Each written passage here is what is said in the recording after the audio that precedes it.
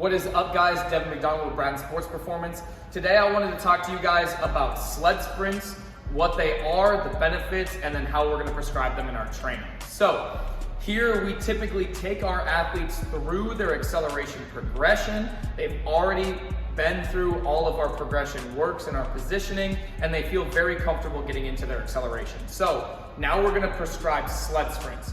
So what we're looking for here is we're going to increase that athlete's rate of force development in a horizontal force vector.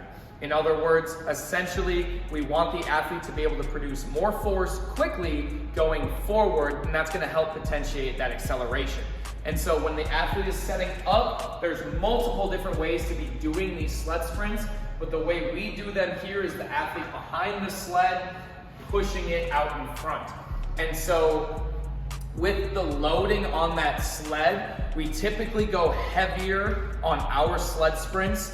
The research says that a heavier loaded sled sprint is going to have greater potentiation effects at a 0 to 10 yard and a 0 to 20 yard acceleration.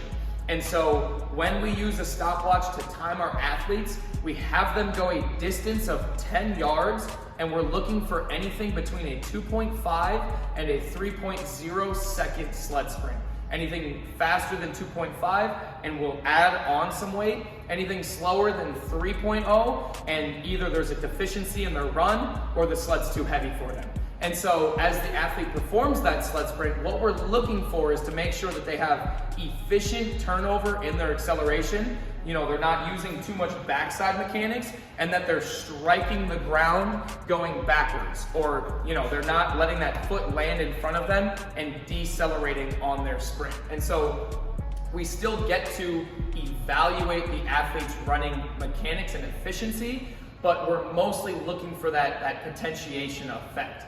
And so after the athlete performs their sled sprints, typically we go forward about 10 yards with anywhere from 90 seconds to 2 minutes rest. We're gonna have 2 potentiation runs afterwards.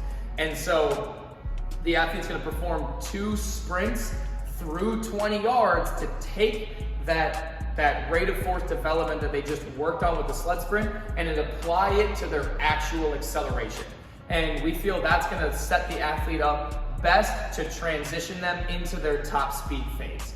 So this sled sprint will essentially cap off that acceleration phase. So if you guys have any more questions about sled sprints, how we use them, how we apply them, feel free to reach out. Otherwise, we'll see you guys at the next Coach's Corner.